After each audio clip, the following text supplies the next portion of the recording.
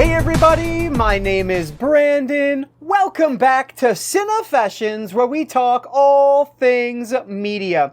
So I mentioned on the first weekend of the Barnes & Noble sale that I only anticipated on picking up a few more items this month, but I was a liar. I picked up a ton more. Now, mind you, some of this was thanks in part to my birthday, so I have an amazing birthday gift at the very end here that I cannot wait to share with you guys. I have a non-Criterion title that we'll start with, but mostly I have a bunch more Criterion Collection films for my collection, and I can't wait to share these with you guys. Now, before we jump into that, and if you don't care about this, I'll put some timestamps. You can skip right over to the start of the haul, but obviously, there's something to address here, as this will be the first video that goes live with the new era of Cinefessions, my new personal era. Well, it's the bald era, folks. Here we are. So I have been dealing with my receding hairline and my bald spot for 15 years now. It has felt like forever. And over the last 5 years, I've been contemplating doing this, making this change, but I never had the courage, and my wife wasn't fully on board with it until this past week. We finally made the decision together to give it a shot, see what happens. And frankly, I am thrilled with the result. I have been so happy not dealing with that receding hairline and all that goes along with it over the past week here. So I know it's a big change, and some people are really gonna hate how I look now, but I mean, let's be honest, no one is here because of how I look. We're here to talk about all things media, so hopefully it won't be that much of an adjustment for you guys. But I wanted to address it here because I actually do the deed in my next vlog I'm going to post, but my editing has not gone quite as quickly as I'd hoped, so this video is actually coming out before that. So there will be a little continuity error here as the channel progresses, but hopefully it'll be very minor. You'll see the next vlog in the coming days here. So hopefully you guys are on board, because I'm very happy with it, but if not, I don't know, keep that comment to yourself. But anyway, let's not waste any more time at all, guys. Let's get to why you're actually here, and it's not to talk about my head, it's to talk about the Criterion Collection. So let's not waste any more time at all. Let's dive right into my final Barnes & Noble Criterion Collection haul for July. I know I said we were going to get into the movies, but there's actually a pit stop I want to make before doing that, because I love magazines. I was always such a big video game magazine guy back in the day, and then I started doing horror magazines. Well, this magazine was one of those that I loved collecting, but I just got out of it. I saw somebody grab this in one of their haul videos recently. I think it was Tim over at Tim Talks Talkies. He picked it up, and because of what's inside, I had to have it. When I saw the cover price, I realized why I stopped buying magazines, but that's neither here nor there. I had to grab this. I picked up the latest edition of HorrorHound magazine. This is actually issue 101, which is insane. I can't believe they're only at 101 right now, but it's from spring 2024. And you can see the cover price on this is $9.99. That's expensive for a magazine. I remember paying like $5, $6 for these. But anyway, the reason I wanted it is for the cover story here. There is an Evil Dead 2 HorrorHound retrospective in here, which is awesome. What's really cool about this magazine, oh, look at that. I didn't even notice that. That's awesome. Some VHS cover art. Wow, that's really cool. But anyway, that's kind of what I'm talking about. What's really cool about this magazine is that it is in full color, which I love, because there's a lot of magazines out there that just don't do that. That's probably why it's $10, but yeah, that was, that's one of the reasons I enjoyed this magazine. But I've not gotten around to reading this because it's been sitting here waiting for me to do it in a haul video. But yeah, I just wanted to share that. Not a movie, not something I typically show you guys, but I just thought it was pretty cool. You can probably still get this at Barnes & Noble today if you're heading out for the last day of the sale. But anyway, I grabbed HorrorHound 101 magazine. So now let's jump over for real to the movies. I do have one non-Criterion movie that I want to share with you guys before I jump over to the Criterions, and the reason is because this was also on sale. So in the past, they used to always do the Arrow video sale at the same time as the Criterion sale at Barnes & Noble. I think it was maybe last year or 2 years ago, they started separating those out, so unfortunately they're not happening at the same time, but that's actually better for the wallet. That said, they did have, I believe it was a Universal sale going on and a Kino Lorber 50% off sale going on. And I actually found a title that I'd been looking for that tends to be a little bit more difficult to come by. So I had to grab this one. This is To Live and Die in L.A. So another William Friedkin film. I think I just talked about Friedkin in one of my last hauls because I picked up The Hunted, also by Friedkin. But this is a movie that I've heard really great things about. Spencer over at the Damn Fool Idealistic Crusade, he referenced it as one of his favorites, and I've never seen it before, so I had to grab it. You can see this is just like a Criterion, marked at $39.99, half off though. It's $20, just like a Criterion. So you can find this at, like on Kino's website on sale for $16.99 or whatever when they're having their sales. But the last sale I looked, it was sold out. And then I don't think it was in this sale, but either way, you have to add shipping on top of that. So it ends up being more than $20 if that's all you're buying. So I was very happy to find this. Never seen this out in the wild before. So yeah, really happy to add this one to the collection and cannot wait to check it out. So the only non-Criterion movie in this haul is the Kino Lorber release of To Live and Die in L.A. Alright, moving over to the Criterion collection proper now, with a little bit of a caveat, because this was one that I actually found used at Disc Replay. I found this for about $12, which is a remarkable deal for a Criterion film, and it is complete. This is a Master Builder. So I've actually never seen this movie, and I didn't even know it existed, to be honest with you, but it's from 2014, and it's based on the Ibsen play of the same title, or Master Builder Solness is what it says on the back here. But yeah, so I can't wait to check this out. It has great cast in it. Everybody knows him from A Princess Bride, right? I love him. But yeah, so, like I said, it has the booklet and the disc. $12? Yeah, I'm going to pick it up even if I don't know virtually anything about it. It's another one for the Criterion collection. So this is spine number 762 from 2014. We have a Master Builder. Let me know if this one is any good or if I wasted $12 down in the comments below. So everything else is new items that I grabbed this month, and I'll go with Blu-rays first and then 4K, and I'll go in spine order for each of them. So the lowest spine number for the Blu-ray I picked up is spine number 259. We have Fat Girl. And this one is from 2001. And this is a French film that I've heard interesting things about. It's kind of divisive from what I hear, but I am very intrigued to check it out. I think what pushed me over the edge was that it ended up on a Letterboxd list of like most disturbing movies, I believe it was. And it did like a kind of like one of those iceberg things where they get more disturbing as they go on. And so this was on there. I didn't expect that from a Criterion film, so I'm very intrigued to see what this one is going to be about, see if it's any good or not. I know what it's about, but I'm intrigued to see if it'll be worth the money I spent on it. So yeah, Fat Girl is in the collection from 2001, spine number 259. This next one is actually an Amazon pickup, totally random. I was buying something else, and I was like, well, we might as well throw this one in there too, because it's cheap. This is actually one of their $30 releases from Criterion, which of course makes it $15 right now. This is called I Married a Witch, and this is spine number 676 from 1942. This is supposed to be a pretty I don't know if it's slapstick, but a comedy, and I've heard awesome things about it. It's directed by Renee Claire, and it stars Veronica Lake. I was trying to remember who it was, and I couldn't.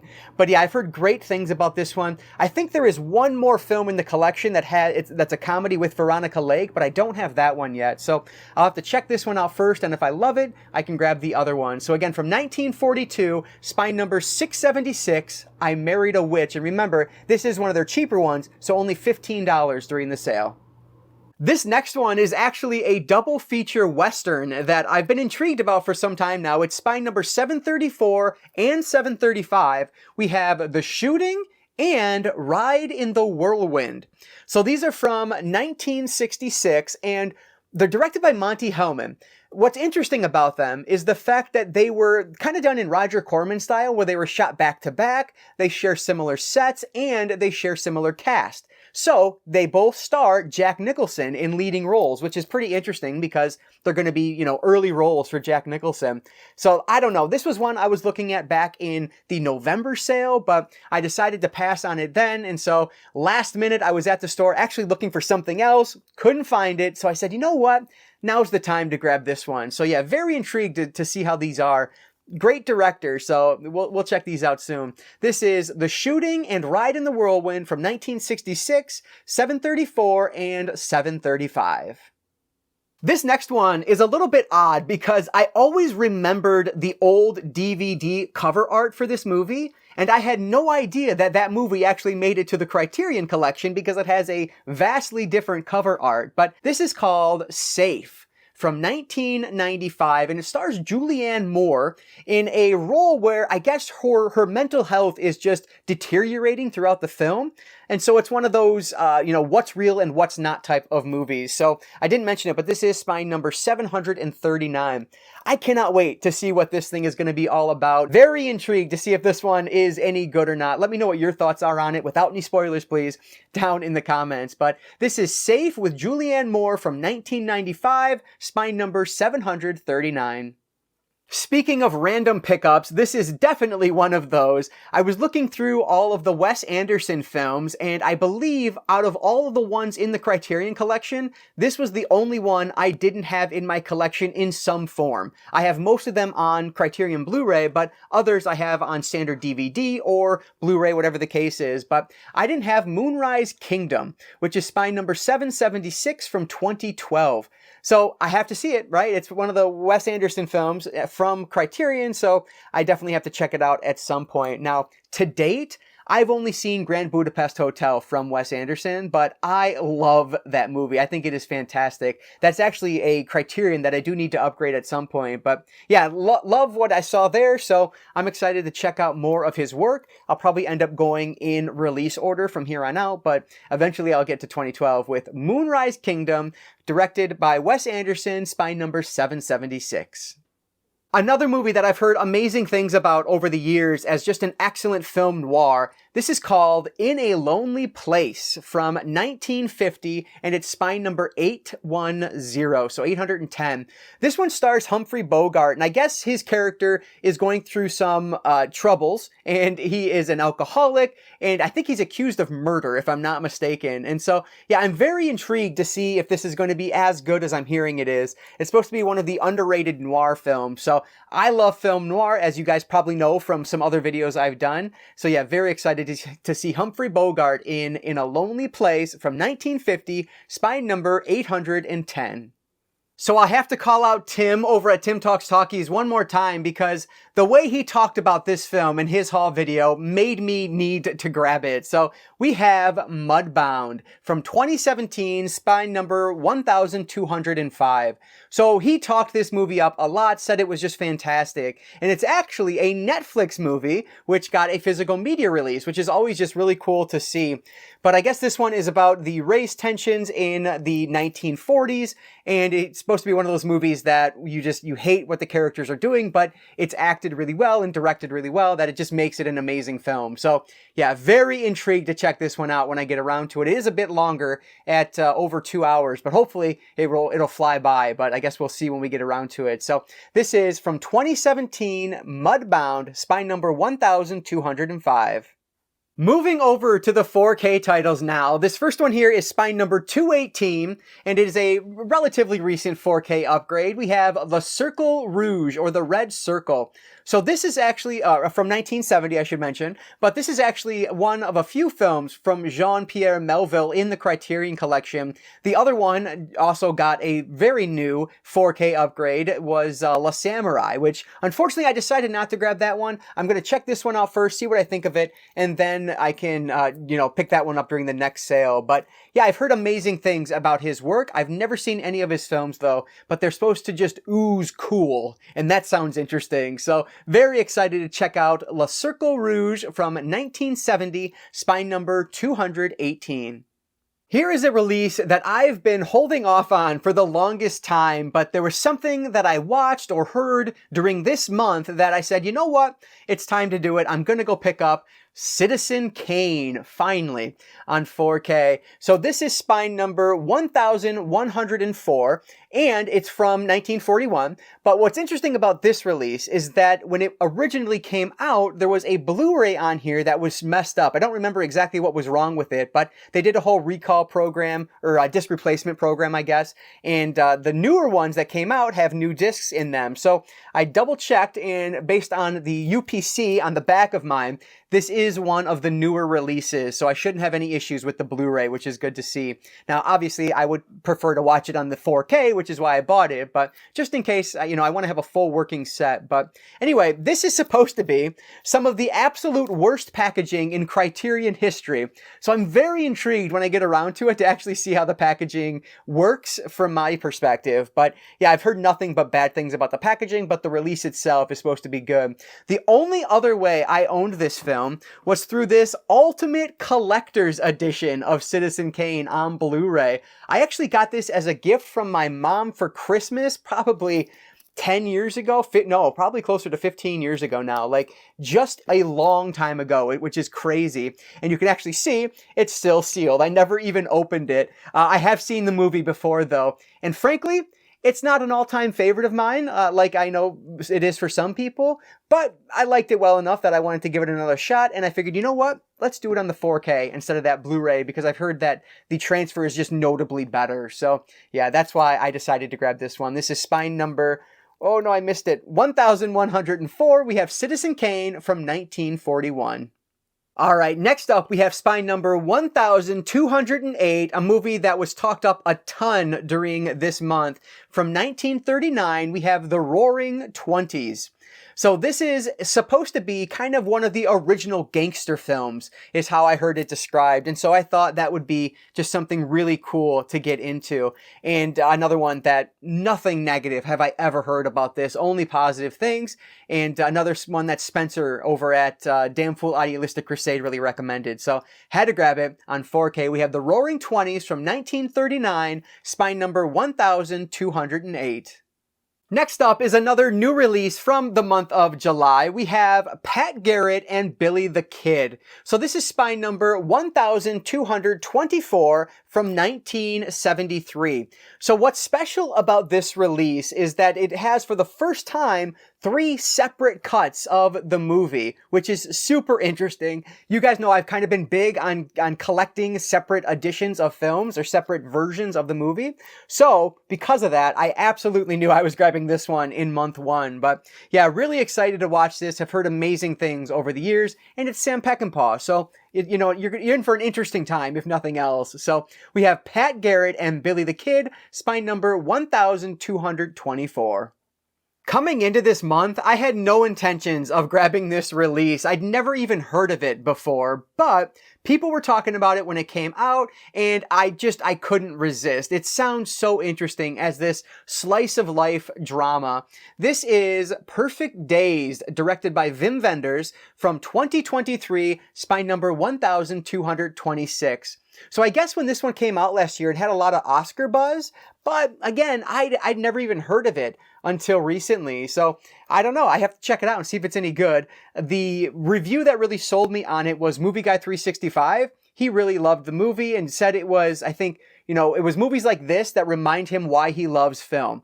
And I love movies like that. So that's really what sold me on it. I can't wait to check it out. If you're interested, I believe this one is streaming. It's either Hulu or HBO Max. I can't remember which, but definitely check there if you want to just check out the film first, if you're, smarter than I am. But I had to grab this one while it was on sale. We have Wim Wenders' Perfect Days, written by, from 2023, spine number 1226.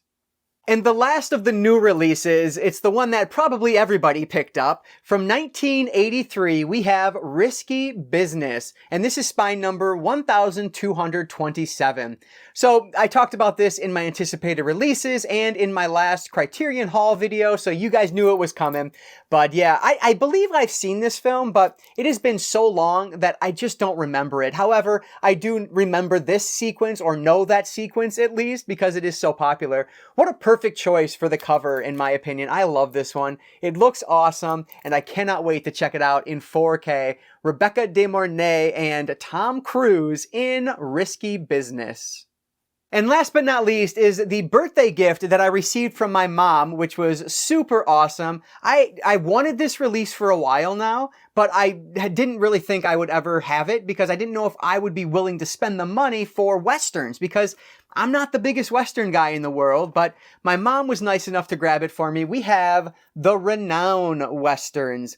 So these are 5 films directed by Bud Bodeker from 1957 to 1960, and this is cumulatively spine 1,186. So it was James over at 20th and 21st Movies that I first heard about these films from. He raved about them, and the picture quality everybody raves about, including him. And because of that, I had it on my wish list, and thanks to my mom, it's now in my collection. So shout out to her. Thank you so much. I really appreciate it. But in here, there are 5 films. So you have The Tall T, Decision at Sundown, Buchanan Rides Alone, Ride Lonesome, and Comanche Station. So yeah, these are supposed to be excellent. This is often talked about as one of the top Criterion releases from last year, one of the top releases period from last year. Anyway, that is an awesome gift from my mom, so thank you again so much. This is the Renown Westerns, spine number 1,186. All right, so there is another big ol' stack of Criterion goodness, but that's what I ended up grabbing, mostly thanks to gift cards and some other gifts here, but it ended up being a great month for my Criterion portion of my collection. But I want to hear from you guys down in the comments below. Did you pick up anything else during the month of July? Are you grabbing anything today? Let me know what else you guys are getting or plan to get maybe next sale down in the comments below, or thoughts on anything. I really do appreciate that. Are you staying subscribed even with the bald head? Let me know. If not, just tell me. That's fine. I'm obviously kidding, but yeah, thank you guys so much for checking this one out. Again, if you could hit that like button before you take off, I really do appreciate that. And again, thanks for watching. And before you go, I'll just encourage you all to consume some media today. I'll catch you all next time.